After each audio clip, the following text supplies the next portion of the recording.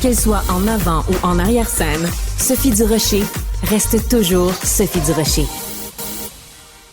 Un cinéaste de 40 ans qui fréquente une jeune comédienne, bon, ça s'est vu on ne sait pas combien de fois.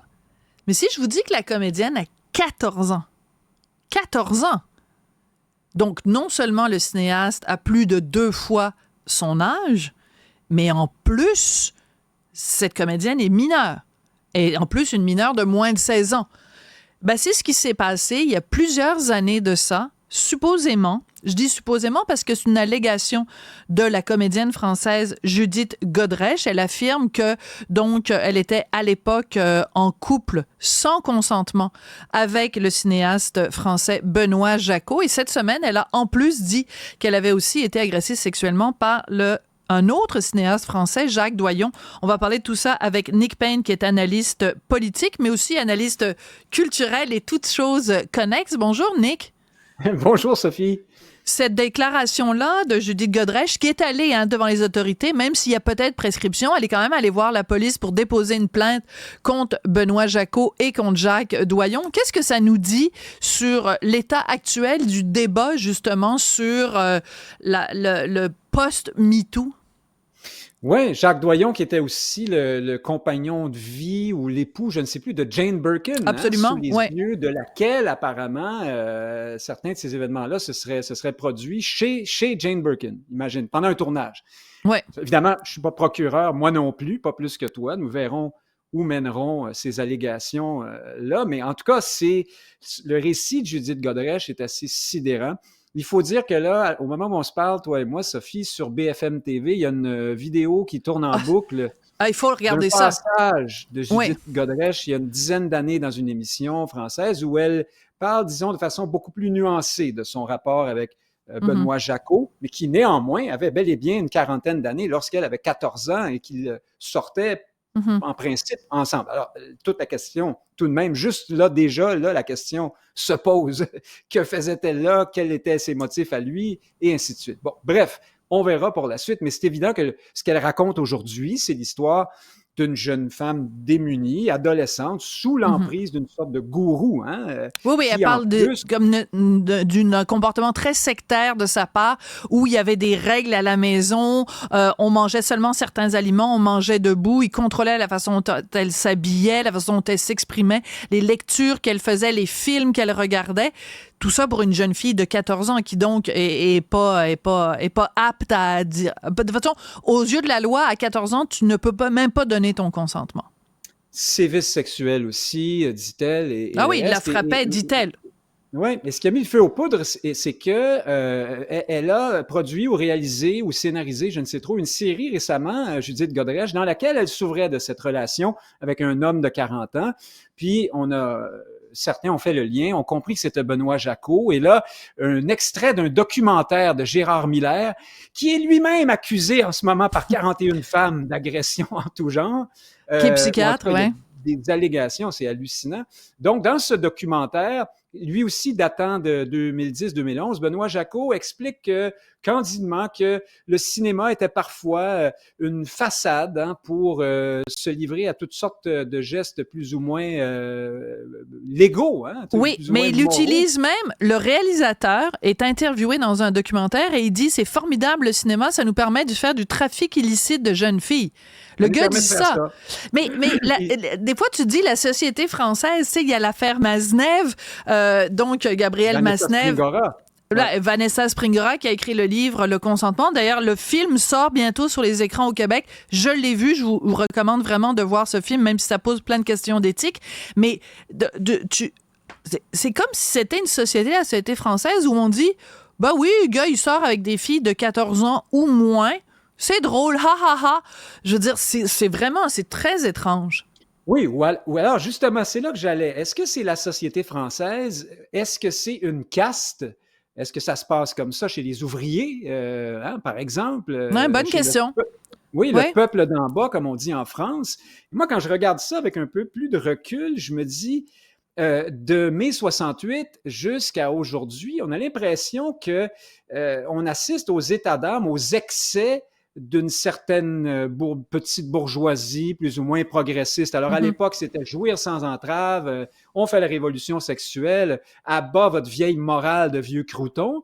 Et puis là, ben, toute cette génération-là, à tout le moins, ses représentants dans l'univers intellectuel, médiatique, artistique, ont tous fini dépressifs, divorcés, toxicomanes et en psychanalyse. Et là, tout à coup, ce sont parfois leurs enfants, souvent leurs petits-enfants, qui nous organisent maintenant un monde moral, hyper crispé, conservateur. Hein? Même, c'est Eugénie Bastier, tout récemment, qui disait dans le Figaro, peut-être qu'on assiste à une sorte de retour de balancier, à un besoin de balises et de limites et de règles dans le domaine de la vie sexuelle. Et pour elle, ce retour de balancier fait partie des raisons pour lesquelles, figure-toi que les jeunes Français, mais ensuite je vais te parler des jeunes Américains, aujourd'hui à l'heure actuelle, les 18 à 24 ans, là, ils sont 5 fois plus nombreux qu'il y a une vingtaine d'années à ne pas avoir eu de relations sexuelles l'année dernière.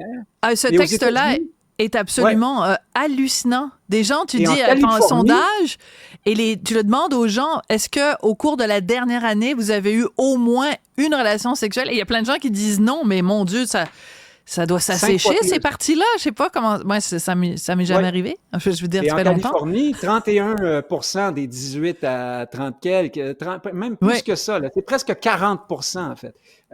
C'est tout un changement. Ben moi, d'emblée, je me prononce pas, je ne vois pas comme... Je sais pas si c'est bien ou si c'est mal que les jeunes aujourd'hui soient peut-être un peu revenus du magasinage à plus finir dans le domaine des relations au sens large entre hommes et femmes, par exemple. Mais ce que d'autres disent, c'est que ce phénomène-là est peut-être aussi le fruit de MeToo. C'est sûr. Oui, parce que MeToo en partie, au moins. Le néo-féminisme, on fait de l'amour même et des relations hommes-femmes une question d'emprise, de rapport de domination dans lequel les femmes sont exclusivement les victimes et les hommes, les bourreaux. Non, c'est un peu réducteur du mouvement MeToo, Nick, si je peux me permettre. Oui, mais c'est-à-dire qu'en fait, ce que le mouvement MeToo dénonce, ce sont les femmes qui ont été agressées. C'est pas parce que tu dénonces le fait que tu as été agressée que tu dis par le fait même que tout rapport sexuel est un rapport d'agression. C'est juste qu'on alerte, nous, ce qu'on a fait les femmes, c'est qu'on a alerté les hommes, mais même s'il y a beaucoup d'hommes aussi qui ont participé au mouvement MeToo en disant « moi, j'ai été agressé », mais disons que c'est la minorité agressée qui s'est adressée au reste de la planète en disant « on est plus nombreux et nombreuses que vous le pensez à avoir été agressés ». C'est ça. C'est pas... J'étais pas en train de critiquer ça. Hein. Ça, pour moi, c'est la part lumineuse de MeToo.